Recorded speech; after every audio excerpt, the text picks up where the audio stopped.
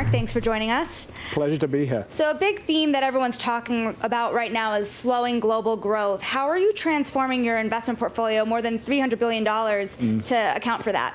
Well, I think there's mixed views out there about slowing growth. When you look at the views of the general economists on the street, there's a view that maybe this rapprochement between the first and second largest economies in the world, there's a pause in the escalation of tensions, may actually create a platform for renewed growth. So that's one view.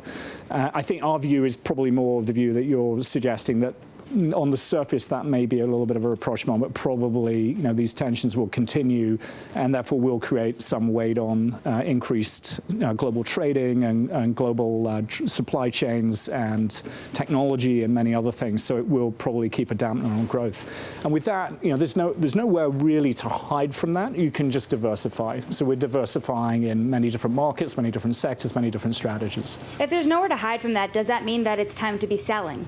Well, if you sell, you got to hold something, and for us, we'd have to invest in something else, whether that's cash or some physical commodity or something. And so when we have a portfolio that is designed for long-term investing, we want to be generally deployed, but we want to be invested in a broad range of assets, and assets that some may perform well in a slower market, some may perform less well, but we've got a diversified portfolio. That's typically the strategy. In a diversified portfolio, obviously you've been at the forefront of private equity investing. Yeah. What does this mean for the private equity portfolio? Does that mean it's time to exit some of these positions while the market is so hot?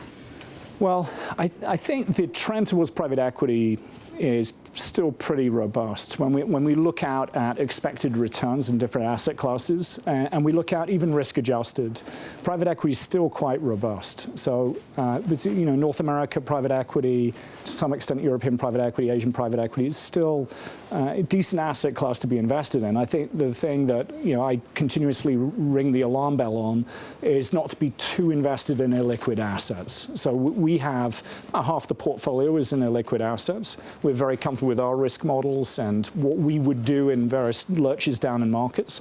But I do worry about the expansion of a lot of funds like ours around the world into private illiquid assets, and what you could see if there is a lurch down in markets, and then people rely on the liquid things to sell. But if everybody's selling the same liquid stuff at the same time, suddenly it's not liquid.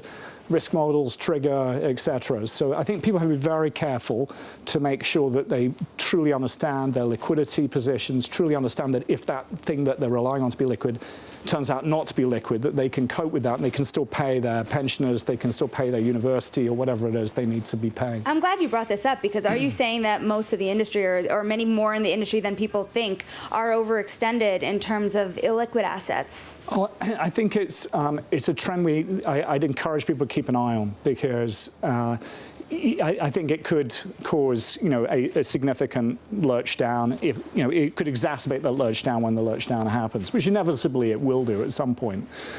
So everything, there's nothing on the horizon. I'm not sounding alarm it's going to happen tomorrow or next week or next month, but I think it's something people should be really careful about, because it's going to create it's one of those things that could create a systemic issue down the road.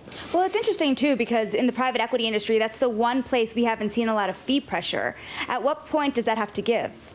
Well, it's one of the remarkable things. I mean, name something else in finance that over the last 40 years has maintained its fees and yet grown in massive volume.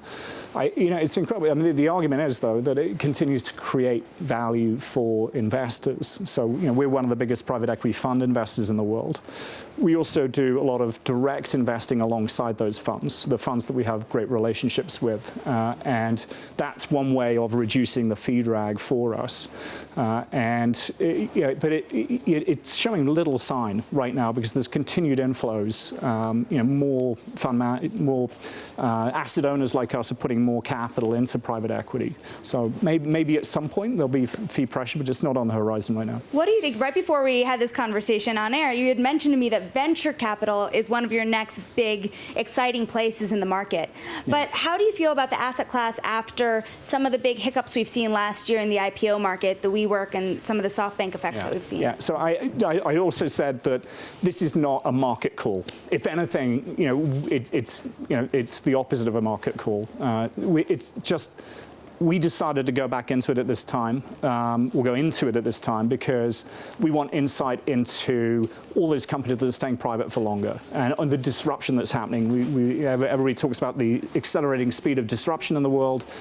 We find by not being in some of those earlier companies, we're a little less clear-eyed on those changes than we'd like to be. I wouldn't say we're blind. We have a lot of different investment strategies that get closer to it. We have a thematic investing strategy that goes deep in some areas.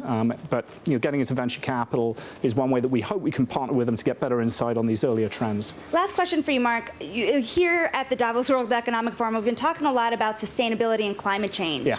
How do you pair that off in your own portfolio, especially when it comes to fossil fuels and the big oil companies? Yeah. So this is a big issue for the world. It's huge, one of the most important issues for the world.